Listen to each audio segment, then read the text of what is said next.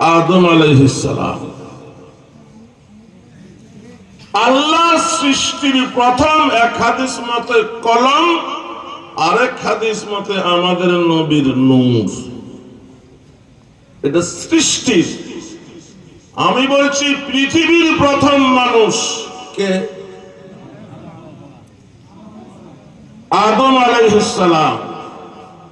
সৃষ্টি করেছেন কে? আল্লাহ। এটা আমাদের বিশ্বাস মুসলমানদের। হিন্দুরা বলে না, পৃথিবীর প্রথম মানুষ মনু, সৃষ্টি করেছেন ওম। বলেন, হিন্দুরা বলে পৃথিবীর প্রথম মানুষ মনু, মনুকে সৃষ্টি করেছে ওম। আমরা বলি পৃথিবীর প্রথম মানুষ আদম, সৃষ্টি করেছেন আল্লাহ। হিন্দুরা বলে না, তোমাদের আদমের বহু আগে আমাদের মনু, তোমাদের আল্লাহর বহু আগে আমাদের ওম। তারা বলে না ওম শান্তি। আমরা বলি ওম কাকে বলে? যার মধ্যে তিনটা গুণ পাওয়া যায় তাকে বলে ওম। ব্রহ্মা, বিষ্ণু, শিব। ব্রহ্মা মানে সৃষ্টিকর্তা, বিষ্ণু মানে লালন পালনকারী, শিব মানে রাগের শাস্তি প্রদানকারী। এগুলিকে যদি আরবি বলেন তাহলে হয় খালেক, রব, কাহার। আমরা বলি এই গুণ আমাদের আল্লাহর মধ্যে আছে। অর্থাৎ তোমাদের ওম আর আমাদের আল্লাহ এক, মনু আর আদম এক। কথা বলেন, এক না দুই? পৃথিবীর প্রথম মানুষ এক না দুই? তারা বলে না না, আমাদের ওম তোমাদের আল্লাহর বহু আগে, আমাদের মনু তোমাদের আদমের বহু আগে। তাদের এই দাবি মানলে স্রষ্টা দুইজন হইয়া যায়। পৃথিবীতে মানুষের বংশ দুইটা হইয়া যায়, একটা আদমের, একটা মনু। কোরআন বলে স্রষ্টা দুইজন অসম্ভব। লাউ কানা ফীহিমা আলিহাতুন ইল্লাল্লাহু লাফাসাদাতা। একের অধিক যদি আল্লাহ থাকতো পৃথিবী ধ্বংস হয়ে যেত। কেন? একজন বলতো হাসিনা পালাবে, আরেকজন বলবে না থাকবে। কথা বলে না, ভয় পাইতেছে। আবার এখন নতুন যুগে হয়তো এক আল্লাহ কইতো হাসিনা আবারও বাংলাদেশে যাবে, আরেক আল্লাহ কবে না, জীবনেও যাবে না। ঝগড়া হইতো আল্লাহ আল্লাহ। কথা বলে, অতএব আল্লাহ দুই না এক, দুই অসম্ভব। এটা কোরআন বলেছে। কোরআনের কথাই যে মহা সত্য, এটার আধুনিক যুক্তি আসে সেটা বলার সময় নেই। কিছুক্ষণের জন্য মেনে নিলাম। খুব খেয়াল করেন, তোমাদের ওম পৃথিবীতে প্রথম মনুকে সৃষ্টি করেছে। বলো, সৃষ্টির পর মনু কার উপাসনা করছে? বুঝলেন না? কথা বলেন তো। তোমরা হিন্দু হইয়া যারা ওমের উপাসনা ছেড়ে ৩৩ কোটি দেবদেবীর পূজা করো, তোমরা তোমাদের বাবার আদর্শের উপরে নাই। বাবা করেছে স্রষ্টার পূজা, তোমরা করো সৃষ্টির পূজা। রাখেন হিন্দুদেরকে। এবার প্রশ্ন মুসলমানদেরকে, বলো পৃথিবীর প্রথম মানুষকে, প্রথম মানুষকে সৃষ্টি করেছেন কে? জোরে বলেন। সৃষ্টির পর আদম কার ইবাদত করেছে? আর জোরে বলেন কার? যদি বলেন বাবা ভান্ডারী, আল্লাহর এই সৃষ্টির মধ্যে পৃথিবীতে ভান্ডারী আগে না আদম আগে? কথা কয় না? আদমকে সৃষ্টির পরে ভান্ডারীর অস্তিত্বই ছিল না। আদম ভান্ডারীর পূজা করার প্রশ্নই আসে না। কেউ যদি বলে বাবা আক্রোশী, আদমকে যখন সৃষ্টি করেছে আক্রোশী ছিল? কথা কয় না? কেউ যদি বলে বাবা দেওয়ানবাগী, হতে পারে না। কেউ যদি বলে বাবা সুরেশ্বতী, চন্দ্রপালা, এনায়তপুরী, শম্ভুগঞ্জি, হতে পারে না। সৃষ্টির পরে আদম আল্লাহর উপাসনা করেছে। মুসলমান হইয়া যারা আল্লাহকে বাদ দিয়া বিভিন্ন বাবার পূজা করে, এরা বাবা আদমের আদর্শের উপরে নাই। আছে? হিন্দু যারা ৩৩ কোটি দেবদেবীর পূজা করে, এরা তাদের বাবা মনুর আদর্শের উপরে নাই। মুসলমান যারা আল্লাহকে বাদ দিয়া বিভিন্ন বাবার পূজা করে, এরা তাদের বাবা আদমের আদর্শের উপরে নাই। আমাদের বাবা আদমের বাড়ি জান্নাত। কথা বলে না? বাবার সম্পদের সন্তানদের মালিকানা থাকে। কখন? সন্তান যদি সুসন্তান হয়। সন্তান যদি কুসন্তান হয়, বাবা তারে ত্যায্য করে, ত্যায্য সন্তান বাবার সম্পদের ভাগ পায় না। অতএব যারা বাবার আদর্শের উপরে আছে, শুধু আল্লাহরই উপাসনা করে, এদের জন্যই বাবার সম্পদ জান্নাতে মালিকানা আছে।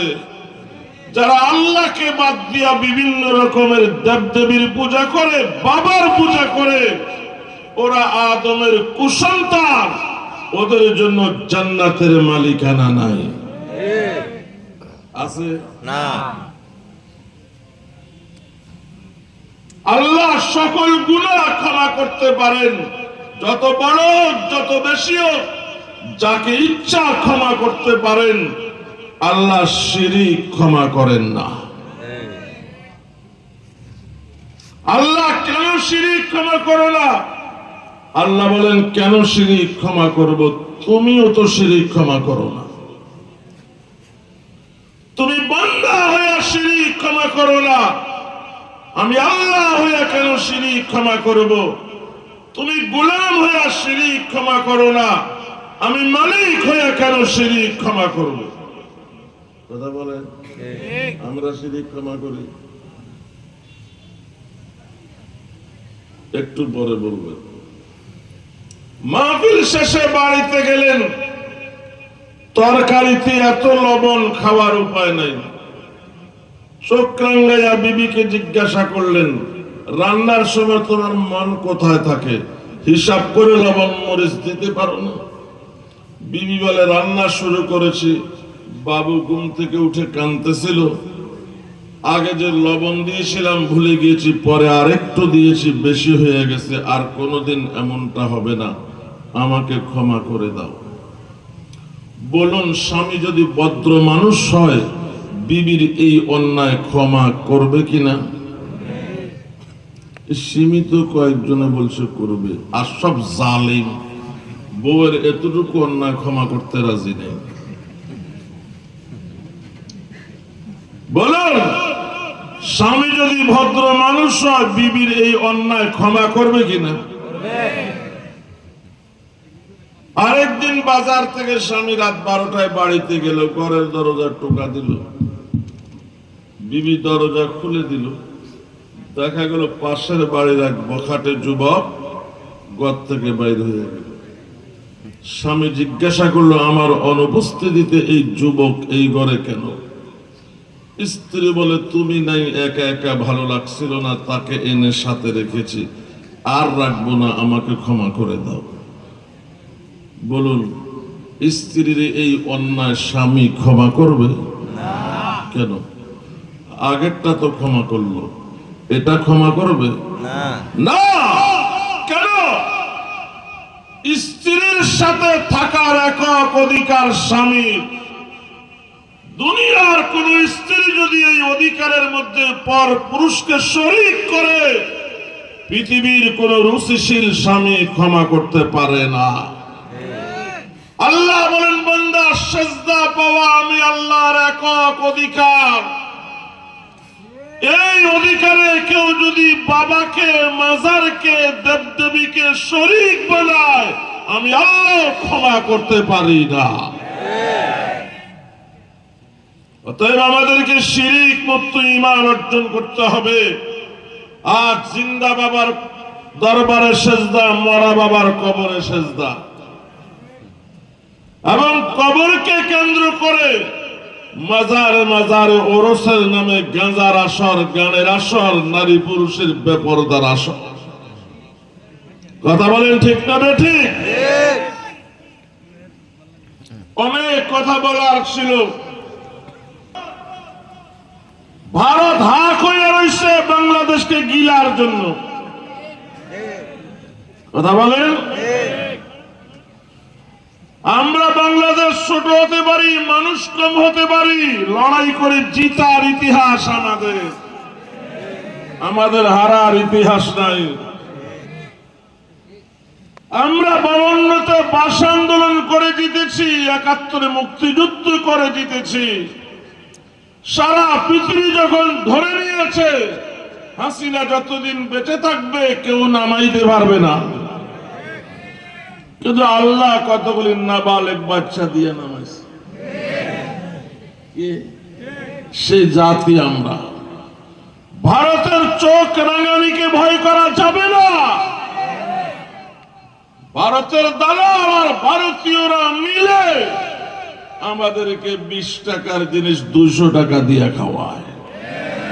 ভারতের দালাল মুক্ত দেশ চলছে, জিনিসপত্রের দামও সীমিত ছিল।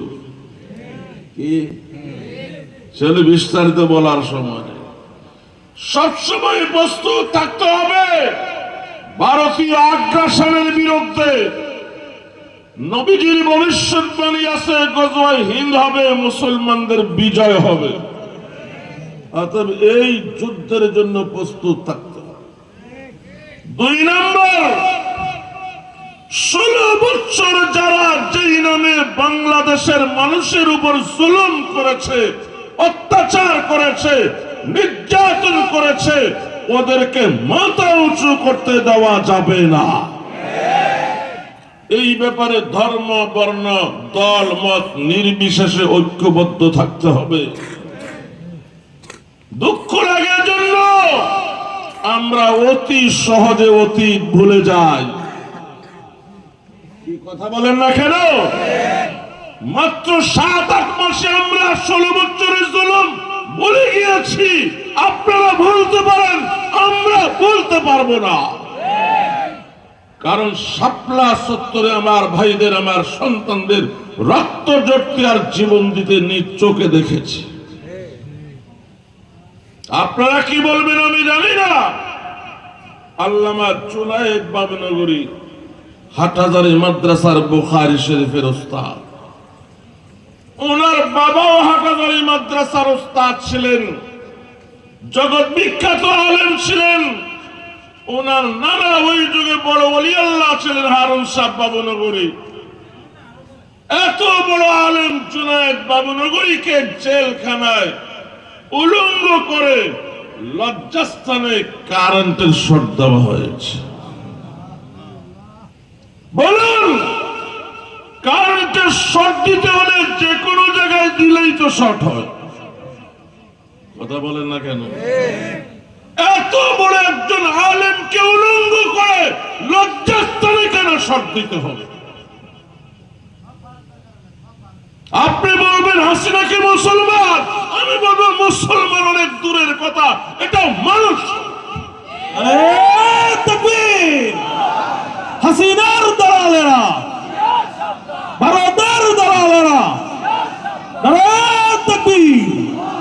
উলামায়ে হক্কানি যদি মানুষ হতো একজন আলেমের সঙ্গে ব্যবহার করতে পারত না। আপনাদের মাদানের সাথে কি করেছে? কথা বলেন না কেন? নবীর উদীয়মান একজন আলেম, কথা বলেন, মাত্র পারে গেছে 2-4 বছর, তারা নিয়ে উলঙ্গ করে সিগারেট হাতে ধরিয়ে উলঙ্গ নারী দিয়ে ছবি উঠে দিচ্ছে। এটা কি মানুষের কাজ বলবেন? আর এত তাড়াতাড়ি ভুলে গেলেন? এটা ভুলা যাবে না। আমরা স্মরণ রাখতে হবে, এই জুলুমের ইতিহাস সন্তানদের কাছে গল্প করতে হবে, যুগ যুগ ধরে স্মরণ রাখতে হবে। আর এই পেশিবাদীর দোষরদেরকে মাথা উঁচু করতে দেওয়া হবে না। এত বড় জালিম, কোন অনুশোচনা নাই। একজন মানুষ অনুশোচনা করলে তাকে ক্ষমা করা যায়। এখনো দিল্লিতে বসে বসে বড় বড় কথা বলতেছে, আর ফেসবুকে তার দালালরা বড় বড় লেখা লিখতেছে। পুরো জাতিকে ঐক্যবদ্ধ হতে হবে। আওয়ামী লীগ, ছাত্রলীগ, যুবলীগ এই শব্দটা উচ্চারণ করবে, তার মাথা সেখানে ফাটাইয়া দিতে হবে। এই শব্দ এই দেশে আর চলতে দেওয়া হবে না। 3 নম্বর, খুব খেয়াল করেন, যে কোনো সরকারের সময় এই দেশে আলেম ওলামা এবং ইসলাম চাপে থাকে। এখানে না, সারা পৃথিবীতে। কথা বলেন। এখন কোন দলীয় সরকার নাই, যার কারণে আমরা অনেকটা চাপ মুক্ত আছি। তার 2-1টা উদাহরণ দিচ্ছি। নান্দাইলে একটা ওরস 550 বছর ধরে চলে আসছে, ব্রিটিশেরও আগের থেকে। এই বছর ওই এলাকার ওলামায়ে কেরাম 550 বছরের ঐতিহ্য ওরস বন্ধ করেছে। সুবহানাল্লাহ বলেন। সুবহানাল্লাহ। আল্লাহর কসম, কোন দলীয় সরকার থাকলে এটা সম্ভব হতো না। কেন? দলের প্রভাবশালী কাউকে 1 বস্তা খাওয়াইয়া দিত, সে তাদের জন্য ডাল হইয়া দাঁড়াইত। যারা ভাঙতে যাইত ওদেরকে জেলে পচে মরতে হতো। এখন দল আছে, নেতা আছে, সরকারি পাওয়ার নাই। ঠিক কি না? সিলেট শাহপরানের বাজার ওরস হয়, নাচ গান হয়, গাঁজার আসর হয়। এবার ওই এলাকার আলেম ওলামা তাওহীদি জনতা বন্ধ করে দিয়েছে। স্টাম্পে চুক্তি হয়েছে, আগামী বছর থেকে ওরস নয়, ওয়াজ মাহফিল হবে, কওমি ওলামায়ে কেরাম বয়ান করবে। একটু যোগ বিয়োগ দেন। দলীয় সরকার থাকলে এটা সম্ভব হতো না। একজনের টাকা খাইয়া তাদের পক্ষে দাঁড়াইয়া যাইছে। ঠিক না ঠিক? আমি বড় বড় 2টা দেখাইলাম যাতে আপনারা সহজে তথ্য নিতে পারেন, বুঝতে পারেন। এরকম অসংখ্য ইসলামের পক্ষে কাজ হয়েছে দলীয় সরকার না থাকার কারণে। অতএব প্রফেসর ইউনূসের সরকার যতদিন আছে, এটা আমাদের সুবর্ণ সুযোগ সমাজে ইসলাম প্রতিষ্ঠা করার জন্য। কথা বলেন। বিস্তারিত বোঝার জন্য বিস্তারিত বলার সময় নাই, ইঙ্গিতে বলি। হুদায়বিয়ার সন্ধির সব শর্ত কাফেরদের পক্ষে, মুসলমানদের বিপক্ষে। 1,500 সাহাবায়ে কেরামের কেউ রাজি নাই। নবীজি বলে না, রাজি না থাকলেও সন্ধি হবে, লড়াই হবে না। সাহাবার বলে 313 জন লড়াই করে বিজয়ী হয়েছি, 1,500 হইয়া কেন নতে স্বীকার করুন? নবীজি বলেন না, আমার সিদ্ধান্ত চূড়ান্ত, সন্ধি চূড়ান্ত, লড়াই হবে না। কথা বলেন। সাহাবায়ে কেরাম বিভিন্ন ভাবে আগ্রহ দেখিয়েছে লড়াইয়ের জন্য। নবীজি অটল, লড়াই হবে না, সন্ধি হবে। প্রশ্ন হলো কেন? শর্ত যাই হোক, একটা শর্ত ছিল মক্কাবাসীর সঙ্গে 10 বছরের যুদ্ধ বিরতি চুক্তি। 10 বছর মক্কাবাসী মদিনায় হামলা চালাবে না, মদিনার মুসলমানেরা মক্কাতে আগামী 10 বছর হামলা চালাবে না। নবীজি শুধু এটাকে গুরুত্ব দিয়েছেন যে এই সুযোগটা আমার দরকার, কারণ মক্কা ছেড়ে মদিনায় এসেছি 6 বছর। এই 6 বছরে বড় বড় লড়াই করেছে মক্কার কাফেররা 3টা, ছোট ছোট লড়াই করেছে অসংখ্য, প্রতারণা করে বীরে মহুনাতে নিয়ে আমার 70 জন সাহাবীকে শহীদ করেছে। বনিল হিয়ারে নিয়ে প্রতারণা করে 10 জনকে শহীদ করেছে। পুরো মুসলিম উম্মাহকে সব সময় পেরেশান থাকতে হয় মক্কাবাসী কখন কি করে বসে। তাই আমি 10 বছর নিশ্চিন্ত রইলাম মক্কাবাসী আমাদের উপরে হামলা চালাবে না। এই সুযোগে মদিনার অভ্যন্তরে গাদ্দার, খায়বরের, বনু কুরাইজার, বনু নজিরের এদেরকে শায়েস্তা করতে হবে। বহির বিশ্বের মন জানতে হবে ইসলামের ব্যাপারে তাদের ধারণা কি। কথা বলেন। নবীজি সন্ধির পরে 7ম হিজরিতে এই কাজটাই করেছে। মদিনা থেকে ইহুদিদেরকে বিতাড়িত করেছেন, আর পৃথিবীর বড় বড় রাজা বাদশার কাছে পত্রের মাধ্যমে দাওয়াত দিয়ে তাদের মনোভাব জানছে। সে নবীজির পত্রের সঙ্গে বেয়াদবি করে ছিঁড়ে টুকরা টুকরা করেছে। নবীজিকে গ্রেফতারের জন্য পুলিশ পাঠিয়েছে। যেদিন মদিনায় পুলিশ এসেছে, সন্ধ্যায় নবীজির সঙ্গে কথা বলেছে। নবীজি বললেন সকালে আসো। সকালে যখন গেল, নবীজি মুস্কি হেসে দিয়ে বললেন কার আদেশে গ্রেফতার করতে এসেছো? সেই সম্রাট গত রাত খুন হয়েছে। সম্রাটের খুনি, সম্রাটের ছেলে শেরওয়া, নতুন সম্রাট শেরওয়া। শেরওয়ার আদেশ আমাকে যেন গ্রেফতার করা না হয়। নতুন প্রতিনিধি আসতেছে। মুসলমানদের বিরুদ্ধে কট্টর ছিল পারস্যের সম্রাট খসরু পারভেজ। শেষ কথা বললাম। ছেলে শেরওয়া কট্টর। তাহলে পারস্য থেকে মক্কার কাফেররা সহযোগিতা পাবে সেই আশা নাই।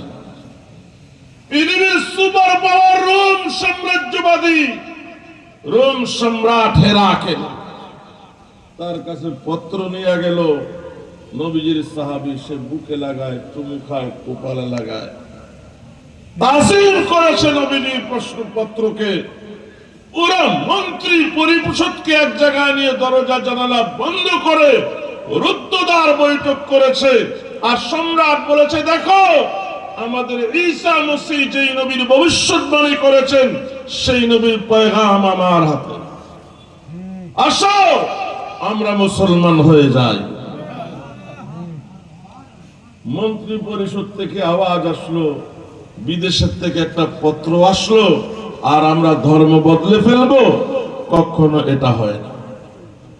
সম্রাট কথা ঘুরাইয়া দিলেন, আমি আসলে তোমাদেরকে পরীক্ষা করেছি, তোমরা তোমাদের ধর্মের উপরে কতটা সুদৃঢ় আছো। পত্রবাহককে বলল, আমি চেয়েছিলাম আমি মুসলমান হই, তারাও মুসলমান হয়ে যাক, কিন্তু এই নাদার এদের কাছে আমি আমার জীবন নাশের সম্ভাবনা না হলে আমি ঠিকই মুসলমান হইতাম। আমি মুসলমান হলে আমার জীবনও যাবে, ক্ষমতাও যাবে। তুমি পত্র নিয়ে প্রধান পাদ্রী, ইতালির সবচেয়ে বড় গির্জার বড় হুজুর জাগাতের রুমি, তার কাছে যাও। লম্বা ঘটনা। সে নবীজির পত্র পায় কোপালে লাগায়, চুমু খায়, বুকে লাগায়, গির্জার মিম্বরে দাঁড়াইয়া প্রকাশ্যে কালিমা পড়ে মুসলমান হয়ে গেছে। ছোটখাটো হুজুররা তো আর অতটা বুঝে না, তারা ঝাঁপিয়ে পড়লো আর সেই পাদ্রীকে শহীদ করে দিল। নবীর পত্র নিয়ে দৌড়াইয়া আসলো হেরাকেলের কাছে। হেরাকেল বলে, জাগাতিরের পরিণতি যদি আমি চিন্তা না করতাম তাহলে আমিও মুসলমান হইতাম। তাহলে এই হেরাকেলের মুসলমানদের প্রতি টান আছে, সেখান থেকে মক্কাবাসীর জন্য সাহায্যের সম্ভাবনা নাই। সারা পৃথিবীর একটা চিত্র নবীজি নিজের মধ্যে নিয়ে পরেই পরিকল্পনা করলেন, চলো এবার মক্কা জয় করি। কথা বলেন। ষষ্ঠ হিজরিতে সন্ধি, 2 বছরের সারা পৃথিবী জরিপ করে অষ্টম হিজরিতে নবীজি মক্কা জয় করেছে। কথা বলেন। ওই যুদ্ধ বিরতির সুযোগটা কাজে লাগিয়েছে। শেষ কথা, এবং ওলামা তোলাবা জনতার জন্য অতীতের দলীয় ক্ষমতাসীনদের কারণে আমরা অনেক ধরনের চাপে ছিলাম। এখন চাপ মুক্ত আছি।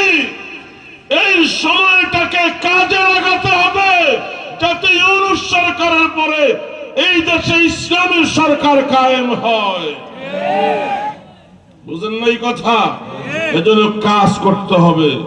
সংগঠন, তাহফুজের দিন, উলামা তোলাবা, সাথে জনতা লাগাইতে হবে। আমার কথা আপনারা মানবেন